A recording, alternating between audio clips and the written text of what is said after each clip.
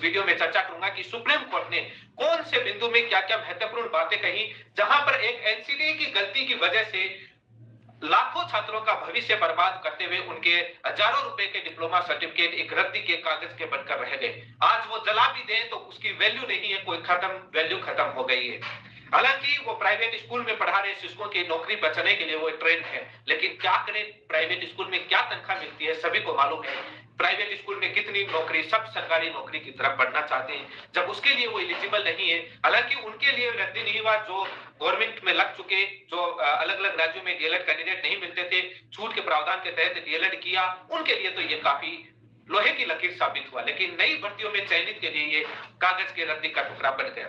इन पूरे फैसले को लेकर चर्चा करूंगा कि किन किन बिंदु पर क्या क्या कहा है और सुप्रीम कोर्ट ने डिटेल से। आप यदि मेरे चैनल पर पहली बार जुड़े हैं तो चैनल को सब्सक्राइब करें ताकि लेटेस्ट जानकारी आपको मिलती रहे। आज डीएलएड वर्सेस बीएड विवाद मामले में क्लैरिफिकेशन के मामले में सुप्रीम कोर्ट में सुनवाई हुई, उसका भी वीडियो डाला है। आपके छत्तीसगढ़ हाईकोर्ट, मध्य प्रदेश हाईकोर्ट, इन सभी में डीएलएड वर्सेस बीएड का मामला चल रहा है, उसको लेकर लगातार अपडेट देता रहता हूं चैनल पर। मैंने जब एनआईएस डीएलएड मामले की सुप्रीम कोर्ट में सुनवाई कंप्लीट हुई थी, उस समय मैंने एक वीडियो बनाया था, लगभग मेरे चैनल पर है। उस वीडियो के अंदर मैंने बताया था कि सुप्रीम कोर्ट ने सुनवाई के दौरान कौन कौन से महत्वपूर्ण सवाल उठ रहे हैं। उन सवालों को जब मैंने बताया अपनी उस पूरी सुनवाई को समझने के बाद, समझने वाले समझ गए। मैं आलोचना की वजह से बोल नहीं पाया था, लेकिन मैंने कई बातें बोली थी, उस वीडियो को आप देखना। वो सवाल आज उस डिप्लोमा सर्टिफिकेट को रद्दी बनाने में सफल हो गए। वो सवाल के जवाब एनसीटी नहीं दे पाई, जिसकी वजह से एनआईएस डीएलएड हार गया। मामला अक्सर एनआईएस डीएलएड का योग्यता का फ्रेश भर्तियों के लिए उलझा आरटी एक्ट 2009 के धारा 23(1) और धारा 23(2) के बीच में, कि दोनों के बीच में उलझा। तो इसी के साथ एनसीटी का जो नोटिफिकेशन, गजट नोटिफिकेशन 2010 और 11 को लेकर उलझा, तो एनसीटी एक्ट के 2014 के रेगुलेशन को लेकर उलझा। इन्हीं कानूनी दांव पेच में उलझता रहा ये। आखिरकार कौन से बिंदु पर क्या कहा है उसको लेकर चर्चा करूंगा, लेकिन मैंने जो पहले वीडियो बनाया था उसमें स्पष्ट कर दिया था कि, इंडिकेट कर दिया था कि क्या होने वाला है, और काफी लोग डर भी था लोगों के। और मैंने जो कानूनी प्रावधान बताए थे, ये प्रावधान है, इन प्रावधानों के माध्यम से बैक फुट पर है, वो आप मेरे चैनल पर देख सकते हैं, मैंने उस समय बताया था। लेकिन अब आगे क्या होगा उस पर भी चर्चा करूंगा कि एनसीटी क्या कर सकती है, लेकिन प्रत्येक प्रावधान पर शॉर्ट में चर्चा करते हुए चलूंगा। और उस फैसले के जो पेज है वो आपके स्क्रीन पर चलेंगे, आप देखते रहना। ये फैसला justice B R Gavai and justice Mishra ji की बेंच ने दिया है, जिसमें बिंदु संख्या 1 में कुछ भी नहीं है। बिंदु संख्या 2 में उत्तराखंड हाईकोर्ट ने 14 सितंबर 2022 को जो फैसला दिया था, जिसमें 10 फरवरी 2021 के उत्तराखंड सरकार के शिक्षा विभाग के ऑर्डर को चैलेंज किया गया था, उसको रद्द कर दिया था, जिसमें उत्तराखंड सरकार ने एनआईएस डीएलएड को बाहर कर दिया था। एक्चुअली में उस उत्तराखंड सरकार ने 15 जनवरी 2021 को एक नोटिस जारी करके एनआईएस को शामिल किया, उसके बाद 10 फरवरी 2021 को वापस बाहर कर दिया। उसके बाद ये ऑर्डर वहां पर उत्तराखंड हाईकोर्ट में चैलेंज किया गया। पॉइंट नंबर 3 में कहा गया, आपके स्क्रीन पर है, एसएलपी रेगुलर 2 ईयर्स के डीएलएड स्टूडेंट की थी, दूसरी तरफ से स्टेट ऑफ गवर्नमेंट उत्तराखंड की थी, 2 एसएलपी ये थी। मामला बड़ा रोचक है, 2 ईयर्स और 18 महीने वाले कोर्स वाले अभ्यर्थी आपस में ही लड़ रहे थे। 4 नंबर बिंदु में जो 4.1 में आरटी एक्ट 2009 का जिक्र है, तो उसमें धारा 23(1) और धारा 23(2) का जिक्र है। इसी के साथ इसमें जिक्र है 2017 जो 2015 में जो छूट का ऑर्डर आया था, जिसमें 5 साल का प्रावधान था अनट्रेंड टीचर को ट्रेंड करने का, उसके बारे में जिक्र है, उस लेटर के बारे में। 4.2 में है, सेंट्रल गवर्नमेंट ने एनसीटी को ऑथोराइज किया था कि जब एनसीटी ही आपके सारे क्वालिफिकेशन वगैरह तय करेगी, जिसमें 31 मार्च 2010 को नोटिफिकेशन के थ्रू एनसीटी को पावर कर दिया था और एक एकेडमिक अथॉरिटी और अपॉइंटमेंट के लिए ये जिक्र है, ये प्रेयर है, मुद्दे लिखे हुए हैं। कोर्ट ने अपने व्यू क्या दिया उस पर भी चर्चा करूंगा। ये तो किस किस पार्टी के व्यू मोटा मोटी तौर पर एक कहानी बता रहा हूं, समझ में आ जाए। लास्ट में 3-4 पैराग्राफ में, 5-6 पैराग्राफ में सुप्रीम कोर्ट ने अपना व्यू दिया, उस पर भी आऊंगा। 23 अगस्त 2010 को एनसीटी नोटिफिकेशन लेकर के आती है, कक्षा 1 से 5 और 8 तक की योग्यताएं निर्धारित करती है। 4.4 में है कि उत्तराखंड के सरकार के सर्विस रूल है 2012 के, जो 2006 के एजुकेशन एक्ट के आधार पर। 4.5 में है कि एनसीटी के रेगुलेशंस है जो 2014 के, उनका जिक्र किया गया है। 4.6 में है कि 31 मार्च 2019 तक एक लास्ट चांस दिया गया था भारत सरकार के द्वारा आरटी एक्ट धारा 23(2) के छूट वाला जो प्रावधान है, उसके तहत जितने भी जो 3 अगस्त 2017 तक जितने भी जो टीचर्स अनट्रेंड टीचर हैं जो लगे हुए हैं, वो ट्रेंड होने के लिए एक 19 तक 31 मार्च 2019 तक एनआईएस डीएलएड कोर्स करके आप ट्रेंड बन जाओ। ये एक आरटी एक्ट द्वारा 23(2) के तहत। असली लड़ाई थी कि ये धारा 23(1) और 23(2) के बीच में लड़ाई थी कि ये एक्चुअली में छूट के प्रावधान का था। सारे लेटरों में प्रावधान था कि धारा 23(2) के तहत ये भारत सरकार का निकाला हुआ है और एनसीटी योग्यता निर्धारण करती है आरटी एक्ट धारा 23(1) के तहत। तो ये दोनों के बीच में बड़ा कॉन्ट्रडिक्शन चला, जहां पर एनसीटी का कोई गजट नोटिफिकेशन भी नहीं था, जो सुप्रीम कोर्ट ने अपने फैसले में भी कहा है, जहां ये एनसीटी की सबसे बड़ी गलती थी। उसके बाद 4.7 में कहा है कि 22 सितंबर 2017 को एनसीटी ने एक डिस्टेंस से और ओडीएल से जो स्वयं से 18 महीने का डीएलएड करने का निर्णय लिया, जिसमें government aided, private, unaided teachers को ट्रेन करने का ये कोर्स हुआ था। ये सारी चीजें सामान्य बातें हैं, जो एनआईएस वाले हैं उनको शायद ज्यादा ही जानकारी है और उनके सारे आर्गुमेंट रखे। 4.10 में कहा है कि हाईकोर्ट पटना ने जो Sanjay Kumar Yadav versus state of Bihar का जो केस था, जिसमें एनआईएस डीएलएड को वैलिड कर दिया था फ्रेश रिक्रूटमेंट के लिए, एनसीटी ने लेटर, उससे पटना हाईकोर्ट ने इसलिए वैलिड कर दिया कि एनसीटी ने एक लेटर जारी किया था सभी राज्यों के लिए, जहां पर जो मिसलीडिंग या कंफ्यूजन हो रहा था कि क्या करें, उसके आधार पर उन्होंने कहा कि ये वैलिड है फ्रेश रिक्रूटमेंट के लिए। एनसीटी का लेटर भी आ गया, सारे राज्यों को सूचित भी किया था। तो त्रिपुरा हाईकोर्ट का भी पटना हाईकोर्ट के जैसा ही फैसला है, ये सुप्रीम कोर्ट के उसमें 4.10 में 4.11 इस तरीके से। एनसीटी बाद में 26 नंबर बिंदु में ऐसे सभी के हैं, उसमें डीएलएड के 18 महीने वालों के, 2 साल वालों के, राज्य सरकार के सारे आर्गुमेंट रिपीटेड है, तो उस पर चर्चा करने की जरूरत नहीं, मुख्य बिंदुओं पर चर्चा करेंगे अपन। ये शॉर्ट में जो हिस्ट्री को लेकर चर्चा की।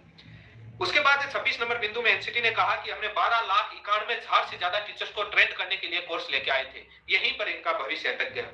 पेज नंबर 24 से पर 28 नंबर बिंदु में एनसीटी ने क्लियर, यहां से सुप्रीम कोर्ट अपना व्यू देना शुरू कर दिया था, फैसलों पर लगभग व्यू यहां से आना शुरू हो गया था। सुप्रीम कोर्ट ने अपने फैसले में लिखना शुरू किया कि ये क्लियर है। 28 नंबर बिंदु में सुप्रीम कोर्ट कहता है कि ये क्लियर है कि 22 सितंबर 2017 का letter only for untrained teachers को ट्रेंड बनाने के लिए था, जो 10 अगस्त 2017 से पहले अपॉइंटेड के लिए था कि जो 2019 तक ट्रेंड हो जाए, उसके लिए एक विंडो ओपन की गई थी, एक दरवाजा खोला गया था ताकि वो नौकरी बचा सके। ये फ्रेश रिक्रूटमेंट के लिए नहीं था। यदि फ्रेश के लिए होता तो 2010 और 2011 के एनसीटी के नोटिफिकेशन में लिखा हुआ था। बस लड़ाई यही थी, ये मैंने बहुत पहले बनाया, उसमें भी ये बात बोली थी और सुनवाई के दौरान सुप्रीम कोर्ट ने ये सवाल भी पूछे थे। उसके बाद पैराग्राफ नंबर 29 में सुप्रीम कोर्ट कहती है कि सर्विस से डिसमिस ना हो, सर्विस से हटे नहीं, इनकी नौकरी बचाने के लिए ये सरकार ने एक विंडो ओपन की थी, एक दरवाजा खोला था इनका भविष्य बचाने के लिए, न कि ये एक फ्रेश रिक्रूटमेंट के लिए ऐसा था। यदि फ्रेश रिक्रूटमेंट के लिए ऐसा होता तो सुप्रीम कोर्ट का कहना है कि 2010 या 11 के नोटिफिकेशन जैसा, आगे भी इस बात को सुप्रीम कोर्ट कहती है। उसके बाद जब सुप्रीम कोर्ट आगे के पैराग्राफ में नॉर्मली एनसीटी रामचरण मौर्य बनाम यूपी वाला भी केस फैसला रखती है, तमाम फैसले सारे लोगों के रखते हैं, किसने क्या आर्गुमेंट किया वो मेरे चैनल पर लाइव दिखाए, वो आप देख सकते हैं।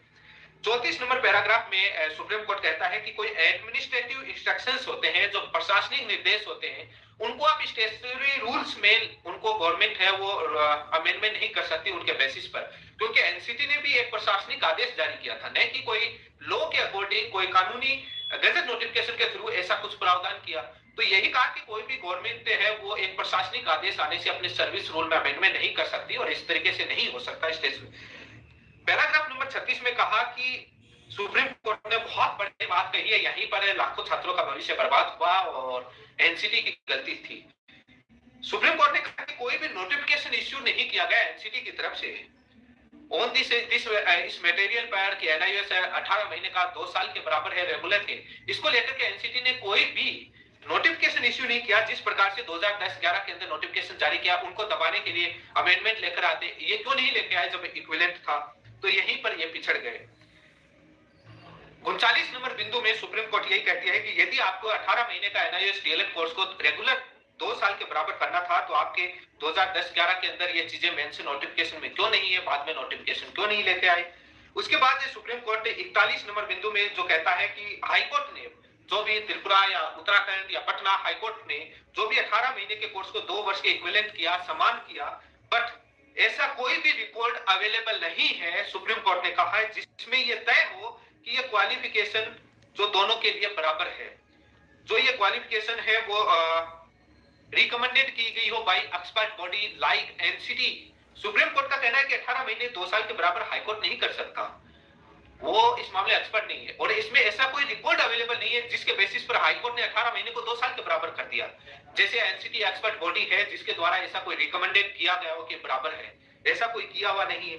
ओनली सुप्रीम कोर्ट ने कहा कि 2017 का भारत सरकार का एक लेटर था जिसके आधार पर एक विंडो प्रोवाइड की गई थी, एक छूट प्रावधान सरकारी नौकरी से बचे, नौकरी से नहीं हटे, तो वो एक वैसा था। तो ये बराबर का कोई ऐसा रिकॉर्ड अवेलेबल नहीं मिला, ये गलती एनसीटी की थी।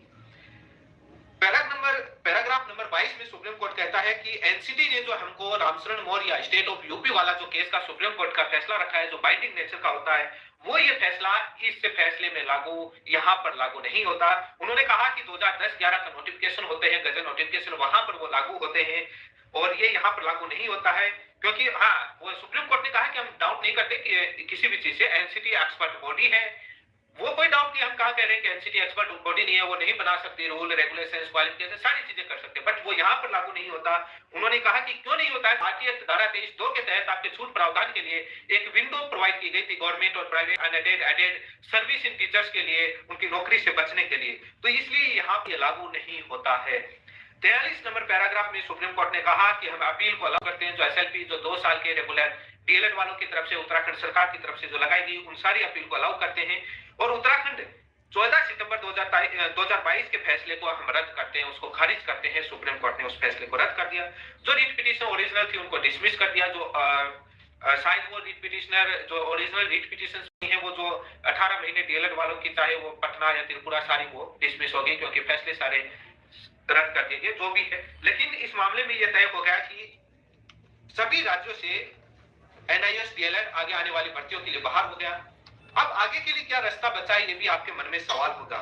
इसमें इतना कहना चाहूंगा कि एनसीटी यदि गजट नोटिफिकेशन लाकर के, इस बात पर सुप्रीम कोर्ट ने बार बार कहा है कि आपके पास कोई भी ऐसा गजट नोटिफिकेशन नहीं था। इसमें एनसीटी एक कमेटी गठित करके उसके बाद इसको 18 महीने को 2 साल के बराबर करे, कमेटी की रिपोर्ट में आए, उसके बाद गजट नोटिफिकेशन से लेकर के आए। क्योंकि सुप्रीम कोर्ट ने कहा है कि 18 महीने को बराबर और 2 साल के बराबर करने के लिए एनसीटी ने 2010-11 नोटिफिकेशन के बाद अमेंडमेंट वाला कोई नोटिफिकेशन नहीं लेके, आपको ये भी मालूम है कि 2018 का नोटिफिकेशन जो आया, 21 का आया, बीएड प्लस अमेंड बीएड को शामिल करना, उसमें भी 18 महीने वाले का जिक्र नहीं किया था। यदि 2020 में पटना हाईकोर्ट का ऑर्डर था, कुछ भी था, एनसीटी यदि 2018 और 2021 के अपने गजट नोटिफिकेशन में 18 महीने वाले को शामिल कर देती ना, तो आपकी कोई बाहर नहीं कर सकता था और सुप्रीम कोर्ट से आप जीतते, क्योंकि इक्विवेलेंट कर दिया, एक्सपर्ट बॉडी थी। लेकिन वो किसी भी गजट नोटिफिकेशन के द्वारा शामिल नहीं करना, यहीं पर ये कानून की लड़ाई में धारा 23(1) के तहत गजट नोटिफिकेशन का पावर उसके तहत किया नहीं, योग्यता उसी के तहत तय होती है। धारा 23(2) आपका छूट प्रावधान मात्र भारत सरकार के आधार पर आप लड़ाई थी कि एनसीटी एक्ट 29 सेक्शन 29 के तहत भारत सरकार से डायरेक्शन आता है, आप एक प्रशासनिक आदेश से उसको शामिल कर देते हैं, ये कर देते हैं, तो आप उसको 2010, 11, 18, 21 में किसी में क्यों मेंशन नहीं किया? ये कानूनी दांवपेच में उलझता रहा। धारा 23(1) क्लोज 2 क्लोज धारा 23(2) और एनसीटी एक्ट 29 और छूट प्रावधान, इन्हीं मामलों में उलझता हुआ रहा। लेकिन एनसीटी यदि कमेटी गठित करके 18 महीने को 2 साल के बराबर करके किसी गजट नोटिफिकेशन के लाकर के कर दे, तो वो हो सकता है। मुझे नहीं लगता है एनसीटी कर पाएगी, क्योंकि आगे यदि भविष्य में ऐसा एनआईएस डीएलएड कोर्स यदि एनसीटी चालू रखना चाहे, भारत सरकार आगे चालू रखना चाहे, क्योंकि ये एक पर आया था, दोबारा कभी चालू नहीं हुआ, दोबारा यदि आगे ऑपरेशन में रखना चाहे, चालू रखना चाहे, तो बाद में वो कर सकती है। उसके बाद आप सुप्रीम कोर्ट से और तमाम ये प्रावधान छोड़े हुए, इसको कई लोग उससे जो इस फैसले से पहले उत्तराखंड के अंदर तो एनआईएस डीएलएड वाले लगे नहीं पाए। जहां जहां जिस राज्य में एनआईएस डीएलएड वाले सिलेक्टेड हैं, जो नौकरी लग चुके हैं, लगे हुए हैं, जिस भी राज्य में, राजस्थान, बिहार, जहां पर भी लगे हुए, उनकी नौकरी नहीं हटेगी, क्योंकि सुप्रीम कोर्ट ने कोई फैसले में ऐसा अपना नहीं कहा है। और इसके बाद इसको कई लोग बोलेंगे कि आप डीएलएड वर्सेस बीएड विवाद मामले में कैसे हटने की बोले, वहां पर आर्टिकल 21A का वायलेशन हो रहा है, इसमें ऐसा कोई आर्टिकल का वायलेशन होने की बात नहीं कही गई है, वहां पर अलग है। वहां पर आपके राजस्थान हाईकोर्ट का फैसला रद्द हो गया था, उसके बाद से हम उनकी बात कह रहे हैं। यहाँ पर तो पटना सारे हाईकोर्टों से जीतते हुए आ रहे थे। उसके बाद सब्जेक्ट टू आउटकम एक उत्तराखंड वाली थी, बाकी जो सब्जेक्ट टू आउटकम थी तो वहां पर पटना हाईकोर्ट का ऑर्डर चैलेंज भी नहीं किया हुआ था, तो और वहां पर ज्वाइनिंग हो गई और सब्जेक्ट टू आउटकम और वो कुछ नहीं। तो वो तमाम चीजें जो लगे हुए डीएलएड वर्सेस बीएड विवाद मामले में किसी भी एंगल से नहीं जुड़ सकते। बहुत सारे डिफरेंसेज है, मैं सारे डिफरेंस यहाँ जिक्र नहीं करना चाहता, बहुत सारे लोग कमेंट में बोलेंगे, इसलिए मैं कह रहा हूँ कि यहाँ पर जो लगे हुए हैं उनको कोई खतरा नहीं, क्योंकि एनआईएस डीएलएड आया ही नौकरी बचाने के लिए था, जो उसी से नौकरी कैसे जाएगी, तो जाएगी नहीं, तो उनको नहीं है। लेकिन आगे की भर्तियों में नहीं लग पाएंगे, जो अभी ऑनगोइंग रिक्रूटमेंट प्रोसेस है उनके ऊपर तलवार लटक गई है, वहां पर उनको ज्वाइनिंग मिलना मुश्किल है। बहुत बड़ी समस्या उनके लिए आ गई है, जहां पर उनके लिए ज्वाइनिंग मिलना मुश्किल है। और भविष्य के लिए मैंने आपको बता दिया कि क्या हो सकता है और जो मुझे कम ही नजर आता है। और करंट वाली भर्तियों पर मैंने बता दिया है, सभी राज्यों से एनआईएस डीएलएड बाहर हो गया है, भविष्य किसी भर्ती में शामिल नहीं हो पाएंगे। और ये सारी चीजें प्रावधान मैंने चर्चा करी है, डिटेल से चर्चा करी है। और इसमें कानूनी दांव पेच में ये डीएलएड वर्सेस बेरिवाद का मामला था, वो एक अलग मैटर था, वहां पर अलग प्रकार की बहस होती थी वहां पर। लेकिन एक मामला है कि भारत सरकार के सारे निर्देशों पर एनसीटी प्रॉपर उसको फॉलो नहीं करना। हालांकि बीएड वाले मामले में एनसीटी तो गजट नोटिफिकेशन से भी ले आई थी, सारी चीजें हो गई, उसको तो बाद में वो एक अलग प्रावधान से हमें पूरे वो लड़े थे। लेकिन वहां पर बीएड की सारी वैल्यू खत्म नहीं हुई। उनके पास 6 क्लास से लेकर 12वीं क्लास तक के लिए टीचर बनने के लिए उनकी डिग्री की वैल्यू थी, वो तो एक एक्स्ट्रा मिल रही थी। यहाँ पर तो एनआईएस डीएलएड की सर्टिफिकेट की वैल्यू खत्म हो गई, जो हजारों रुपए खर्च की उसकी कोई वैल्यू नहीं रही। सबसे बड़ा सवाल आता है जो आज प्राइवेट स्कूलों में पढ़ा रहे हैं, जिन्होंने 6 महीने की इंटर्नशिप चाहे 2 साल से 4 साल से पढ़ा रहे हैं, उन्होंने 18 महीने का कोर्स किया, वो कोर्स उस सर्टिफिकेट का क्या करेंगे, क्या काम का रहा उनका वो, क्योंकि हर कोई सरकारी नौकरी की तरफ जाना चाहता है। प्राइवेट स्कूल वो क्या ट्रेंड बन गए, वो सरकारी नौकरी उन्होंने देखा कि 2 साल नहीं करना पड़ेगा। और ये बात सुप्रीम कोर्ट में रखी भी गई, बट सुप्रीम कोर्ट ने इस पॉइंट पर सुप्रीम कोर्ट ने कहा कि नौकरी बचाने के लिए था, तो प्राइवेट और सरकारी और सभी में आपकी नौकरी बच गई। प्राइवेट में इस स्कूल में छोड़ते हैं, दूसरी में चले जाते हैं, इधर से उधर, उसमें क्या बची रह जाए। लेकिन सुप्रीम कोर्ट का फैसला है जो उसके पास, उसने कहा कि हमारे पास कोई ऐसा रिकॉर्ड भी नहीं मिला, तथ्यों के अभाव होते हैं, वहां पर पूरी प्रोसेस नहीं होती है, तो सुप्रीम कोर्ट अपना इंडिपेंडेंट होकर फैसला देता है। आखिरकार ये सरकार और स्टेचुटरी बॉडी और अथॉरिटी की वजह से ये खामियाजा स्टूडेंट को भुगतना पड़ता है। कोर्ट तो कानून और तथ्यों के आधार पर अपना एक फैसला देता है इंडिपेंडेंट होकर। ये बात है, काफी छात्र परेशान है और जो इस केस को लड़ रहे थे वो खुश हैं, आपस में ही लड़ रहे हैं। लेकिन एनआईएस से डीएलएड के मामले में जो बिहार के 6ठे चरण की हो या 7वें चरण की जहां पर ज्वाइनिंग ले चुके हैं, उनको कोई खतरा नहीं है और किसी भी राज्य में वो, उत्तराखंड में वो नहीं ले पाएंगे। और वहां का मैटर, क्योंकि ओनली स्पेशली उन्होंने उत्तराखंड के हाईकोर्ट के ऑर्डर को सेटिस्फाइड किया है, फॉलो पटना और त्रिपुरा सारे हाईकोर्टों को किया, बट वो सारे ऑर्डर चैलेंज नहीं किए, तो इन्होंने कुछ भी नहीं कहा। और ऑर्डर जो क्लेरिफिकेशन का डीएलएड वर्सेस बेरिवाद का मामला क्लेरिफिकेशन को लेकर के चलता, आपको मालूम है कि फैसला कब से लागू हो, तो उसमें तो डीएलएड वर्सेस बेरिवाद मामले में 25 नवंबर 2021 से फैसला राजस्थान हाईकोर्ट ने जिता दिया था। उसके बाद से सुप्रीम, यहाँ तो जीतते आ रहे थे एनआईएस डीएलएड वाले अलग अलग, और उत्तराखंड वाला सुप्रीम कोर्ट में आया था। वहां पर तो आपने देखा होगा कि कोई भारत सरकार का कानून जब रद्द होता है तो उसमें उसी दिन से लागू होता है, उसमें भी उसी दिन से लागू होने में दिक्कत आती है, चैलेंज नहीं किया होता है। तो यहाँ पर जो मामला है वो राजस्थान हाईकोर्ट ने फैसला कब दिया, तब से लागू हो रहा था। तो यहाँ पर कोई वो आर्टिकल का वायलेशन नहीं है जो उसमें जिक्र किया हुआ है, तो ये अभी जो आया अभी से लागू होगा, पीछे से बैकडेट से लागू नहीं होगा, क्योंकि इसके पीछे कई कारण, जो कारण फैक्ट्स हैं वो धीरे धीरे आपको मालूम चल जाएगा। लोग आपको भ्रमित भी करेंगे, गुमराह भी करेंगे, हम हटा देंगे, लगे हुए को नहीं हटेंगे। अब बेफिक्र है, आपको जब भी जहां पक्ष रखना पड़े पक्ष जरूर रखें, सरकारें आपके साथ रहेंगी। और ये दोनों मामलों को सिमिलर करके कोई ज्ञान ना दे कमेंट बॉक्स में, दोनों अलग अलग है, समझने का सभी कोशिश करें। और इसी के साथ आप सभी का बहुत बहुत धन्यवाद। वीडियो को शेयर जरूर करें और चैनल को सब्सक्राइब करना ना भूलें, ताकि तमाम जानकारी आपको मिलती रहे। धन्यवाद।